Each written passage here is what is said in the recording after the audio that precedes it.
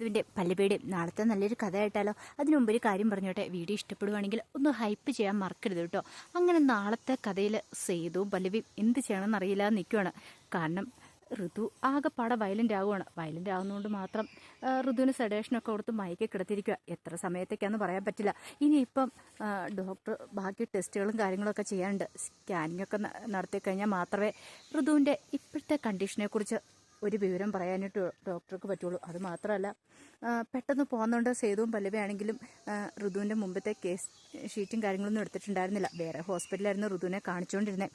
പെട്ടെന്നായതുകൊണ്ട് വേറെ തൊട്ടടുത്തൊരു ഹോസ്പിറ്റലിലേക്ക് കൊണ്ടുവന്നാണ്. ഈ സമയത്ത് പല്ലവി സേതുവിനോട് പറഞ്ഞു, സേതുവേട്ട വീട്ടിലേക്ക് വിളിച്ച് പറയണ്ടേന്ന് ചോദിച്ചു. അവരൊക്കെ നല്ല ടെൻഷനിലായിരിക്കും, എന്താ ഏതൊന്നും അറിയത്തില്ലോ എന്ന് പറഞ്ഞു. അത് കേട്ടപ്പം സേതു പറഞ്ഞു, പറയണം, പക്ഷേ ഋതുവിൻ്റെ കണ്ടീഷൻ അറിഞ്ഞിട്ട് പോരെ. പൂർണ്ണാമ്മയുടെ കാര്യം അറിയാലോ. അമ്മയ്ക്കാണെങ്കിലോ ഇതൊക്കെ അറിഞ്ഞു കഴിഞ്ഞിട്ട് വല്ലാത്ത ബുദ്ധിമുട്ടാവും. ഈ സമയത്ത് പല്ലവി പറഞ്ഞു, എല്ലാത്തിനും കാരണം അവൻ ഒറ്റയൊരുത്തന, ആ ഇന്ദ്രൻ. അവൻ കാരണം ഈ പ്രശ്നങ്ങളൊക്കെ. അവൻ മര്യാദയ്ക്ക് ഋതുവിനെ നോക്കുമായിരുന്നെങ്കിൽ ഇങ്ങനെ എന്തെങ്കിലും സംഭവങ്ങൾ ഉണ്ടാകുമായിരുന്നു? ഒരിക്കലും സംഭവിക്കില്ലായിരുന്നു. അവനൊരിക്കൽ പോലും ഋതുവിനെ സ്നേഹിച്ചിട്ടില്ല, അതുകൊണ്ടാന്ന് പറഞ്ഞു. ഇത് കേട്ട് കഴിഞ്ഞപ്പോൾ സേതു പറഞ്ഞു, ഇനിയിപ്പോൾ അതിനെക്കുറിച്ചൊന്നും പറഞ്ഞിട്ട് യാതൊരു കാര്യമില്ലല്ലോ പല്ലവി. കഴിഞ്ഞത് കഴിഞ്ഞു. ഇനിയിപ്പം നമ്മൾ നോക്കണ്ടേ ഋതുവിൻ്റെ ആരോഗ്യസ്ഥിതിയാണ്. അവളെ എത്രയും പെട്ടെന്ന് തന്നെ ജീവിതത്തിലേക്ക് തിരികെ കൊണ്ടുവരണം. അവൾക്കും കുഞ്ഞിനും ഒന്നും സംഭവിച്ചുകൂടാ. അത് മാത്രം എൻ്റെ മനസ്സിലുള്ളെന്ന് പറഞ്ഞു. പല്ലവി പറഞ്ഞു, എനിക്കും അത് തന്നെയാണ് സേതുവേട്ട. പക്ഷെ എനിക്കെന്തോ വല്ലാത്തൊരു ഭയമൊക്കെ തോന്നുന്നുണ്ട്. എന്ത് ചെയ്യണമെന്നറിയത്തില്ല. ഈ സമയത്ത് ഡോക്ടർ അകത്തേക്ക് കയറി പോകുന്നുണ്ട്. പരിശോധനയ്ക്ക് സ്കാനിങ്ങിനൊക്കെ വേണ്ടി പോയതാണ്. അങ്ങനെ കുറച്ച് സമയം കഴിഞ്ഞപ്പോഴത്തേനും ഡോക്ടർ ഇറങ്ങി വന്നു കഴിഞ്ഞപ്പോൾ പല്ലവി വെച്ചു, എന്തായി ഡോക്ടറെ കാര്യങ്ങൾ? അത് പിന്നെ ഒന്നും പറയാറൊന്നും ആയിട്ടില്ല. കുറച്ച് കഴിയുമ്പോൾ ഞാൻ പറയാമെന്നും പറഞ്ഞിട്ട് ഡോക്ടർ അങ്ങോട്ടേക്ക് പോവുകയാണ്. കൂടുതലായിട്ട് ഡോക്ടർ ഒന്നും പറയാനായിട്ടൊന്നും പോയില്ല. ഇത്തിരി കഴിഞ്ഞ് കഴിഞ്ഞപ്പോഴത്തേനും അച്ചു വിളിക്കുകയാണ്. അച്ചു വിളിച്ചിട്ട് പല്ലവിയുടെ കാര്യങ്ങളൊക്കെ ചോദിക്കുക. ആ സമയം പല്ലവി പറഞ്ഞു, ഡോക്ടർ പരിശോധന കഴിഞ്ഞില്ല, അതിനൊക്കെ ശേഷം ഡോക്ടർ എന്തെങ്കിലും പറയത്തുള്ളൂ, കുറച്ച് റിപ്പോർട്ടും കാര്യങ്ങളൊക്കെ കിട്ടാനുണ്ടെന്ന് പറഞ്ഞു. അത് കേട്ടപ്പോൾ അച്ചു പറഞ്ഞു, എന്തെങ്കിലും ഉണ്ടെങ്കിൽ വിളിക്കണം പല്ലവി ചേച്ചി, ഇവിടെ ഞങ്ങളൊക്കെ ആകെപ്പാടെ ടെൻഷനിലായിട്ടിരിക്കുക. അല്ല, ഒരു കാര്യം ചെയ്യാം, ശ്രീഹരി അങ്ങോട്ടേക്ക് പറഞ്ഞു വിടാന്ന് പറഞ്ഞു. വേണ്ട, ഇപ്പം തൽക്കാലത്തേക്ക് ആരും പറഞ്ഞുകൊണ്ടാ, ഡോക്ടർ എന്താ പറയണമെന്ന് അറിയട്ടെ, അതിനുശേഷം മതിയെന്ന് പറഞ്ഞു. അങ്ങനെ കോള് കട്ട് ചെയ്ത് കഴിഞ്ഞപ്പോഴത്തേനും പൂർണ്ണം വെച്ചു, എന്താ ഡോക്ടർ പറഞ്ഞതെന്നൊക്കെ ചോദിച്ചു. പറഞ്ഞു, ഡോക്ടർ പരിശോധന എല്ലാം കഴിഞ്ഞു, ഒന്നും പറഞ്ഞിട്ടില്ലെന്നാണ് പറഞ്ഞത്, കുറച്ച് സമയം കൂടെ കഴിയുമായിരിക്കും, അവർ വിളിക്കുമായിരിക്കും അമ്മയെന്ന് പറഞ്ഞു. ആ സമയം പൂർണ്ണിമ, ദൈവമേ, ഞാനും കൂടെ കാണുവാണല്ലോ എന്ന് ഓർത്തിട്ട് അവൾ താഴേക്ക് ഇറങ്ങി വരാതിരുന്നപ്പോൾ ഞാൻ കരുതി വാശിക്ക് അവൾ മുറിയിലിരിക്കുന്നതാണ്. പക്ഷെ ഇങ്ങനെയാണെന്ന് ഞാൻ ഒരിക്കലും പ്രതീക്ഷിച്ചില്ലോ എന്ന് പറഞ്ഞു. ഈ സമയത്ത് ഇന്ദ്രൻ അങ്ങോട്ടേക്ക് വരുന്നേ. അവ ഇന്ദ്രനോട് കാര്യങ്ങളൊക്കെ പറഞ്ഞിട്ടുണ്ടായിരുന്നു. ശ്രീഹരി ഇന്ദ്രനാണ് യാതൊരു കുലുക്കം ഉണ്ടായിരുന്നില്ല. അച്ചു ചോദിച്ചു, അല്ലേ ഇന്ദ്ര, നീ ഹോസ്പിറ്റലിലേക്ക് പോകണില്ല എന്ന് ചോദിച്ചു. ഓ, എന്തിന്? അല്ല, അവൾക്ക് സ്ഥിരമുള്ള പരിപാടിയല്ലേ ഇത്. അവൾ എന്തേലുമൊക്കെ വേലത്തരങ്ങൾ കാണിച്ചു കൂട്ടി വെക്കും, അതിൻ്റെ പിന്നാലെ പോയിട്ടുണ്ടെങ്കിൽ അതിന് മാത്രം സമയം കാണത്തുള്ളൂ എന്ന് പറഞ്ഞു. അത് കേട്ടപ്പോൾ അച്ചു പറഞ്ഞു, ഒന്നു വല്ലേലും ഋതുവിൻ്റെ ഭർത്താവല്ലേ നീ? നിന്റെ കുഞ്ഞല്ലേ അവളുടെ വയറ്റുള്ളതെന്ന് ചോദിച്ചു. ആ കുഞ്ഞിനെ ഇല്ലാതാക്കാനായിട്ട് അവൾ നടക്കുന്നത്. എൻ്റെ കുഞ്ഞിനെ എന്തെങ്കിലും സംഭവിച്ചു കഴിഞ്ഞിട്ടുണ്ടെങ്കിൽ ഞാൻ കാണിച്ചു കൊടുക്കുന്നുണ്ടെന്ന് പറഞ്ഞു. അച്ചുവിന് നല്ല ദേഷ്യം തോന്നി അവനോട്. കാരണം ഇത്രയൊക്കെ ആയിട്ടും അവനൊന്നും പഠിച്ചിട്ടില്ല. അവൻ ഇപ്പോഴും വാശിയും വൈരാഗ്യമൊക്കെ തന്നെയാണ്. എല്ലാവരും തകർക്കാനായിട്ട് അവൻ നടക്കണേ. ഒരുപക്ഷെ അവൻ നേരാവണ്ണം നോക്കുമായിരുന്നെങ്കിൽ ഇപ്പം ഋതു ഇങ്ങനെയൊന്നും ആയിരിക്കില്ല. ഋതു എന്തു പ്രതീക്ഷയോട് കൂടിയിട്ടാണ് അവനോടൊപ്പം ഒരു ജീവിതം തുടങ്ങിയത്. അതൊക്കെ ഓർത്ത് കഴിഞ്ഞപ്പോൾ അച്ഛന് സങ്കടം സഹിക്കാൻ പറ്റിയില്ല. പിന്നീട് ശ്രീഹരിയോട് പറഞ്ഞു, ശ്രീഹരി, എനിക്കെന്തോ വല്ലാത്തൊരു ബുദ്ധിമുട്ട് തോന്നുന്നുണ്ടെന്ന് പറഞ്ഞു. അപ്പോഴേക്ക് ശ്രീഹരി പറഞ്ഞു, വെറുതെ നിനക്ക് തോന്നുന്ന അതൊക്കെ. നിന്റെ വയറ്റൊരു കുഞ്ഞുണ്ടെന്നുള്ള കാര്യം ഓർമ്മ വേണം. ഋതുവിനോട് എത്ര വട്ടം പറഞ്ഞു ഓരോ കാര്യങ്ങളൊക്കെ ശ്രദ്ധിക്കാനായിട്ട്. അവൾ ശ്രദ്ധിച്ചോ? മെഡിസിൻ കഴിക്കേണ്ട സമയത്ത് മെഡിസിനൊക്കെ കൃത്യമായിട്ട് കഴിക്കുമായിരുന്നെങ്കിൽ ഇപ്പം ഇങ്ങനെയൊക്കെ സംഭവിക്കുമായിരുന്നോ എന്ന് ചോദിച്ചു. അത് കേട്ടപ്പോൾ അച്ചു പറഞ്ഞു, അത് ശരിയാ ശ്രീഹരി, അവളാണ് മെഡിസിനൊന്നും കൃത്യസമയത്ത് കഴിക്കുന്നില്ലാന്ന് തോന്നേ. അവളോട് അതിനെക്കുറിച്ചൊക്കെ ഞാൻ പറഞ്ഞ, പക്ഷേ അവളതൊന്നും കേട്ടില്ല. ഇടയ്ക്ക് ഞാൻ ചെല്ലുന്ന സമയത്ത് അവൾക്ക് മെഡിസിൻ എടുത്ത് കൊടുക്കാറുണ്ട്, അവൾ കഴിക്കാറുണ്ടോ എന്ന് പോലും എനിക്ക് സംശയമുണ്ടെന്ന് പറഞ്ഞു. അങ്ങനെ കുറേ സമയം കഴിഞ്ഞ് കഴിഞ്ഞപ്പോഴത്തേനും ഋതുവിന് വീണ്ടും ബോധം വീഴുവാണ്. ബോധം വീണ് കഴിഞ്ഞപ്പോൾ ഋതു വീണ്ടും വയലൻ്റായി വേദന കൊണ്ട് കിടന്ന് പൊളയുകയാണ്. അപ്പോഴേക്കും നേഴ്സ് ഡോക്ടറെ വിളിച്ചു. ഡോക്ടർ കയറി ഓടുന്ന കണ്ടു. ആ സമയം പല്ലിപുരത്ത് തീമേ എന്താ അറിയത്തില്ല, ഋതുവിൻ്റെ അടുത്തേക്കാണ് ഡോക്ടർ പെട്ടെന്ന് കയറി പോകുന്നത്. എന്തോ കാര്യമായിട്ട് പ്രശ്നമുണ്ടെന്ന് മനസ്സിലായി.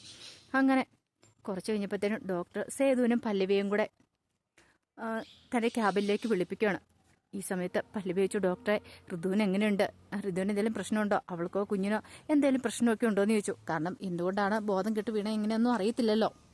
ആ സമയത്ത് ഡോക്ടർ പറഞ്ഞു, അതെ പ്രശ്നമുണ്ടോയെന്ന് ചോദിച്ചിട്ടുണ്ടെങ്കിൽ കുറച്ച് പ്രശ്നങ്ങളും കാര്യങ്ങളും ഉണ്ടെന്ന് പറഞ്ഞു. ഈ സമയത്ത് പല്ലവിച്ചു, എന്താ ഡോക്ടറെ കാര്യം എന്താണെന്ന് ചോദിച്ചു. അതെ ഋതുവിൻ്റെ പ്ലാസിൻ്റെ യൂട്രസിൽ നിന്ന് വേർപെട്ട നിലയിലാന്ന് പറഞ്ഞു. ഒരു നിമിഷം ഞെട്ടിപ്പോയി പല്ലവി. പക്ഷെ സേതുവിന് കാര്യമൊന്നും മനസ്സിലായില്ല. അപ്പോഴേക്കും ഡോക്ടർ പറഞ്ഞു, കുറച്ചുകൂടെ വ്യക്തമായിട്ട് പറഞ്ഞിട്ടുണ്ടെങ്കിൽ അമ്മയുടെയും കുഞ്ഞിൻ്റെയും ജീവൻ അപകടത്തിലാണ്. ഞങ്ങൾക്ക് രണ്ടുപേരുടെയും ജീവൻ രക്ഷിക്കാൻ പറ്റുമോയെന്നറിയില്ല. ഞങ്ങൾ മാക്സിമം ട്രൈ ചെയ്യാം. ഇനി പിന്നൊരു കാര്യമുണ്ട്, എത്രയും പെട്ടെന്ന് സർജറി ചെയ്യണം. നിങ്ങൾ സൈൻ ചെയ്ത് തരണമെന്ന് പറഞ്ഞു. ഇത് കേട്ടുകഴിഞ്ഞപ്പം സേതുവിന് എന്ത് ചെയ്യണമെന്ന് അറിയില്ല. സേതുവിൻ്റെ കണ്ണൊക്കെ നിറഞ്ഞു വന്നു. പല്ലവി സേതുവിൻ്റെ കയ്യിലേക്ക് പതുക്കെ പിടിച്ചു. ആ സമയം ഡോക്ടർ പറഞ്ഞു, ഇതല്ലാതെ ഞങ്ങൾക്ക് വേറൊരു ഓപ്ഷൻ ഇല്ല. നിങ്ങൾക്ക് ഇനി വേറെ എവിടെയെങ്കിലും കൊണ്ടുപോകണമെങ്കിൽ കൊണ്ടുപോവാം. ഞങ്ങൾ എതിരൊന്നും പറയുന്നില്ല. പക്ഷെ എവിടെ ചെന്നാലും ഇതൊക്കെ അവർ ചെയ്യാനും പോകുന്നുള്ളൂ. ഞങ്ങൾക്ക് അവരെ രക്ഷിക്കണമെങ്കിൽ ഇതല്ലാതെ വേറെ മാർഗ്ഗമില്ലെന്ന് പറഞ്ഞു. അതുകൊണ്ട് നിങ്ങൾ സൈൻ ചെയ്ത് തരണമെന്ന് പറഞ്ഞു. അത് കേട്ടപ്പോൾ സേതു പറഞ്ഞു, ശരി ഡോക്ടറെ സൈൻ ചെയ്ത് തരാമെന്ന് പറഞ്ഞു. ഇപ്പോൾ വേറെ ഒന്നും നോക്കണ്ട, അമ്മയും കുഞ്ഞിനെ രക്ഷിക്കാമെന്നുള്ളതാണ്. വേറെ ഒന്നും നോക്കാൻ വഴിയില്ല. കാരണം ഇനിയിപ്പോൾ കുഞ്ഞിനെ പുറത്തെടുത്താൽ പോലും ഇൻക്യുബേറ്ററിലൊക്കെ വെച്ച് കുഞ്ഞിനെ രക്ഷിച്ചെടുക്കാമല്ലോ. പക്ഷേ ഇപ്പോൾ കുഞ്ഞ് അവിടെ വയറ്റി കിടന്നാലും ഇത് പ്രശ്നമാണ്. കാരണം പ്ലാസിൻ്റെ വേർപെട്ട നിലയിലാണ് യൂട്രസ് പ്ലാസിൻ്റെയും തമ്മിൽ. അത് ജീവൻ അപകടത്തിലേക്കാക്കി മാറ്റിക്കൊണ്ടിരിക്കുകയാണ്. ഓരോ നിമിഷം വൈകുന്തോറും പ്രശ്നം രൂക്ഷമായിക്കൊണ്ടിരിക്കുകയാണ്. ഒടുവിൽ അങ്ങനെ ഫോമും കാര്യങ്ങളൊക്കെ നേഴ്സ് കൊടുത്തു. അതിലെല്ലാം സൈൻ ചെയ്യുന്നുണ്ട്. പുറത്തേക്ക് ഇറങ്ങിക്കഴിഞ്ഞപ്പോഴത്തേനും പല്ലവിക്ക് സങ്കടം സഹിക്കാൻ പറ്റിയില്ല. പല്ലവി ഇന്ന് കരയുന്ന സമയത്ത് സേതു പല്ലവിനെ ആശ്വസിപ്പിക്കുന്നുണ്ട്. പല്ലവി നീ ഇന്നും ധൈര്യമായിട്ടിരുന്നേ. കാരണം സാധാരണ പല്ലവിയാണ് ധൈര്യമുള്ള ആൾ. പക്ഷേങ്കിൽ ഋതുവിനും കുഞ്ഞിനും എന്തെങ്കിലും ആപത്ത് വരുമോ എന്ന് അറിഞ്ഞു കഴിഞ്ഞപ്പോൾ ഭയങ്കര സങ്കടമായിരുന്നു. പിന്നീട് സേതു പറഞ്ഞൊരു കാര്യം ചെയ്യാം, ഞാൻ ശ്രീഹരിയെ വിളിച്ച് കാര്യങ്ങളൊക്കെ പറയാമെന്ന് പറഞ്ഞു. അങ്ങനെ ശ്രീഹരിയെ വിളിച്ച് ഇവിടുത്തെ കാര്യങ്ങളൊക്കെ പറയണം. അച്ഛനോടൊന്നും തൽക്കാലത്തേക്ക് പറയണ്ടെന്ന് പറഞ്ഞു. കാരണം അതറിഞ്ഞിട്ടുണ്ടെങ്കിൽ അച്ഛനും സഹിക്കാൻ പറ്റില്ല. അച്ഛൻ പ്രഗ്നൻ്റ് ആയിട്ടിരിക്കുന്ന സമയമാണല്ലോ. അവൾക്കും ചിലപ്പോൾ മാനസികമായിട്ട് ബുദ്ധിമുട്ടുണ്ടെങ്കിൽ അത് അവളുടെ പ്രഗ്നൻസിയെ ബാധിക്കുന്ന കാര്യമാണ്. ശ്രീഹരി പിന്നീട് അച്ഛനോടൊരു കള്ളത്തരമൊക്കെ പറഞ്ഞിട്ടാണ് അവിടുന്ന് വീട്ടിൽ നിന്ന് ഇറങ്ങുന്നത്. കാരണം അച്ഛനൊന്നും ഒരു കാരണവശാലും അറിഞ്ഞുകൂടാ. അതുമാത്രമല്ല പൂർണ്ണാമയ്ക്ക് ഇത് അറിഞ്ഞു കഴിഞ്ഞിട്ട് ടെൻഷൻ കയറിയിട്ടുണ്ടെങ്കിൽ മൈനർ അറ്റാക്കൊക്കെ വന്ന ആളാണ്. എന്തു സംഭവിക്കും അതൊക്കെ ഓർത്തപ്പം എല്ലാവരും അതൊന്നും പറയണ്ടെന്ന് തന്നെ കരുതിയത്. പിന്നീട് ഋതുവിനെ സർജറി ചെയ്യാൻ വേണ്ടിയിട്ട് റൂമിലേക്ക് കൊണ്ടുപോകണം. ഓപ്പറേഷൻ തിയേറ്ററിലേക്ക് കൊണ്ടുപോകുന്ന സമയത്ത് ഋതു ആകെപ്പാടെ വയലൻ്റ് ആയിരുന്നു. പല്ലവിയെ സേതുവിനെ കണ്ടു കഴിഞ്ഞപ്പോഴത്തേനും ഋതു പറഞ്ഞു, പല്ലവി ദേ ഇവരെന്നെ കൊണ്ടുപോകുന്നുണ്ടോ, ദേ എനിക്ക് ഈ കുഞ്ഞിനെ വേണ്ട, ഈ കുഞ്ഞിനെ കൊന്നു കളഞ്ഞേക്കാൻ പറ, എനിക്ക് വേണ്ട ഇതിനെന്നൊക്കെ പറഞ്ഞുകൊണ്ട് ഋതു അലറി വിളിക്കുവാണ്. അത് കേട്ടപ്പോൾ പല്ലവിക്ക് സങ്കടം സഹിക്കാൻ പറ്റിയില്ല. പിന്നീട് പല്ലവി ഋതുവിൻ്റെ കയ്യിലേക്ക് ഒന്ന് പതുക്കെ പിടിച്ചു. ഋതു നീ ഒന്ന് സമാധാനമായിട്ടിരിക്കുക. പക്ഷെ ഋതു കിടന്ന് കുതറുവാണ്. ഋതു വല്ലാത്ത വയലൻ്റായി കിടന്ന് ഒച്ചപ്പാടും ബഹളവും ഉണ്ടാക്കുവാണ്. ഒടുവിൽ അങ്ങനെ തിയേറ്ററിലേക്ക് കൊണ്ടുപോയി. ഏതാ സംഭവിക്കുമെന്ന് അറിയത്തില്ല. കുറച്ച് കഴിഞ്ഞപ്പോഴത്തേനുമാണ് ശ്രീഹരി വരുന്നത്. ശ്രീഹരി വന്നു കഴിഞ്ഞപ്പം സേതുവിന് ഇച്ചിരി ആശ്വാസം, ഒരാളും കൂടെ വന്നല്ലോ. എന്തൊക്കെയാണെന്ന് പറഞ്ഞാലും ആരെങ്കിലും അടുത്തുണ്ടെങ്കിൽ ഒരു സമാധാനമുണ്ട്. ഇത്ര സമയം പല്ലവി സേതു ആകെപ്പാട് ടെൻഷൻ അടിച്ചിരിക്കുമായിരുന്നു. പിന്നീട് ശ്രീഹരി കാര്യങ്ങളൊക്കെ ചോദിച്ചു മനസ്സിലാക്കുന്നുണ്ട്. ആ സമയം പല്ലവി ചോദിച്ചു, അല്ല അവനറിഞ്ഞോ, ആ ഇന്ദ്രൻ കാര്യങ്ങളൊക്കെ അറിഞ്ഞോ എന്ന് ചോദിച്ചു. അവനോട് പറഞ്ഞിട്ടുണ്ട്, അവൻ വരുവോ ഇല്ലയോ എന്നും അറിയത്തില്ല എന്ന് പറഞ്ഞു. അല്ലെങ്കിൽ അവന് ഋതുവിൻ്റെ കാര്യത്തിൽ താല്പര്യമൊന്നും ഇല്ലല്ലോ എന്ന് പറഞ്ഞു. ആ സമയത്ത് സേതു പറഞ്ഞു, എത്രയായാലും അവൻ പഠിക്കില്ല, ഇതെല്ലാം ഒന്ന് കഴിഞ്ഞോട്ടെ, അവനിട്ടുള്ള എന്താളും ഞാൻ കൊടുക്കുന്നുണ്ടെന്നൊക്കെ പറഞ്ഞു. അങ്ങനെ കുറേ സമയം കഴിഞ്ഞ് കഴിഞ്ഞപ്പോഴത്തേനും ഇന്ദ്രനൊക്കെ അങ്ങോട്ടേക്ക് വരുവാണ്. ഈ സമയത്ത് പൂർണ്ണിമയ്ക്ക് സംശയമായി. കാരണം സേതുവും പല്ലവിയും പോയിട്ട് കൂടുതൽ വിവരങ്ങളൊന്നും അറിയത്തില്ല. അച്ഛൻ്റെ അടുത്ത് എന്നിട്ട് ചോദിച്ചിട്ട് അച്ഛനും കാര്യമായിട്ട് വിവരങ്ങളൊന്നും അറിയത്തില്ല. പക്ഷേ ശ്രീഹരിയും കൂടെ പോയി കഴിഞ്ഞപ്പോഴത്തേനും അച്ഛനും ഭയങ്കര ടെൻഷനായി. ഒടുവിൽ അച്ചു പല്ലവിയെ വിളിക്കുകയാണ്. പല്ലവിയെ വിളിച്ച് കാര്യങ്ങൾ വീണ്ടും തിരക്കുവാണ്. ഒടുവിൽ പല്ലവിക്ക് കാര്യങ്ങളൊക്കെ പറയേണ്ടി വന്നു. അതറിഞ്ഞു കഴിഞ്ഞപ്പോൾ പൂർണ്ണിമാമേ അതുപോലെ തന്നെ പൂർണ്ണിമാമേ അതുപോലെ തന്നെ അച്ചു അവരെല്ലാവരും കൂടെ ഹോസ്പിറ്റലിലേക്ക് വരുവാണ്. എല്ലാവരും വന്ന് വെയിറ്റ് ചെയ്ത് നിൽക്കുകയാണ്. എന്താ എങ്ങനെയൊന്നും അറിയത്തില്ല. അപ്പോഴേക്കും ഇന്ദ്രനും വന്നു. ഓരോ നിമിഷങ്ങൾ കടന്നു പോകുന്തോറും എല്ലാവർക്കും ടെൻഷനായിരുന്നു. പക്ഷേ ഇന്ദ്രൻ നല്ല കൂളായിട്ടാണ് നിൽക്കുന്നത്. അവനല്ലേലും ഒരു പ്രശ്നമുള്ളതല്ലല്ലോ. കുറച്ച് കഴിഞ്ഞപ്പോൾ ഡോക്ടർ വന്നിട്ട് പറഞ്ഞു, അതെ ഋതുവിന് ഒരു കുഞ്ഞുണ്ടായിന്ന് പറഞ്ഞു. അത് കേട്ടുകഴിഞ്ഞപ്പോൾ എല്ലാവർക്കും ഭയങ്കര സന്തോഷമായി. കാരണം എല്ലാവരും കാത്തിരുന്നൊരു കാര്യം തന്നെയാണ്. അമ്മയ്ക്കും കുഞ്ഞിനും ഒരു കുഴപ്പമില്ലല്ലോ എന്നൊരു ചിന്തയായിരുന്നു. അപ്പോഴേക്കും സേതു ചോദിച്ചു, ഡോക്ടറെ അല്ല ഋതുവിന് പ്രശ്നമൊന്നും ഇല്ലല്ലോ അല്ല എന്ന് ചോദിച്ചു. അപ്പോൾ ഡോക്ടർ അതിന് മറുപടി ഒന്നും പറഞ്ഞില്ല. അത് കേട്ടുകഴിഞ്ഞപ്പോഴത്തേനും മറുപടി ഒന്നും പറയാതിരുന്ന് കഴിഞ്ഞപ്പോഴത്തേനും എല്ലാവർക്കും ഭയങ്കര ടെൻഷനായി. ഇനി ഋതുവിന് എന്തെങ്കിലും ആപത്തുണ്ടോ ഇല്ലയോ എന്നൊന്നും അറിയത്തില്ല. അപ്പം അതിൻ്റെ വിശേഷങ്ങൾക്കായി നമുക്ക് എല്ലാവർക്കും കാത്തിരിക്കാം കേട്ടോ. ഒരുപക്ഷെ ഋതുവിൻ്റെ ജീവൻ അപകടത്തിലായിരിക്കും. ഒന്നെങ്കിൽ കുഞ്ഞ് അല്ലെങ്കിൽ അമ്മ. ഡോക്ടർ വ്യക്തമായിട്ട് കുറച്ച് കാര്യങ്ങളൊക്കെ പറഞ്ഞിട്ടുണ്ടായിരുന്നു. ഋതു കൃത്യസമയത്ത് മെഡിസിനും കാര്യങ്ങളൊന്നും കഴിക്കുന്ന പോലും ഉണ്ടായിരുന്നില്ല.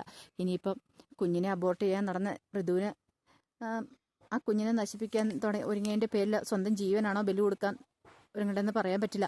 കാരണം നമ്മൾ നെക്സ്റ്റ് വീക്ക് പ്രൊമോയ്ക്കകത്തൊക്കെ കണ്ടിട്ടുണ്ടായിരുന്നു കുഞ്ഞിനെ ഇന്ദ്രൻ താലോലിക്കുന്നൊക്കെ. പക്ഷെ ഋതുവിനെ മാത്രം കണ്ടില്ല. ഋതുവിന് ഇനിയിപ്പോൾ എന്തെങ്കിലും ആപത്ത് സംഭവിക്കുമെന്ന് അറിയത്തില്ല. ഋതു മരണത്തിന് കീഴടങ്ങുമെന്ന് അറിയത്തില്ല. അപ്പോൾ അതിൻ്റെ വിശേഷങ്ങൾക്കായി നമുക്ക് എല്ലാവർക്കും കാത്തിരിക്കാം കേട്ടോ. ഒരിക്കൽ കൂടി എല്ലാവർക്കും ശുഭരാത്രി നേർന്നുകൊണ്ട് നിർത്തുന്നു. നന്ദി.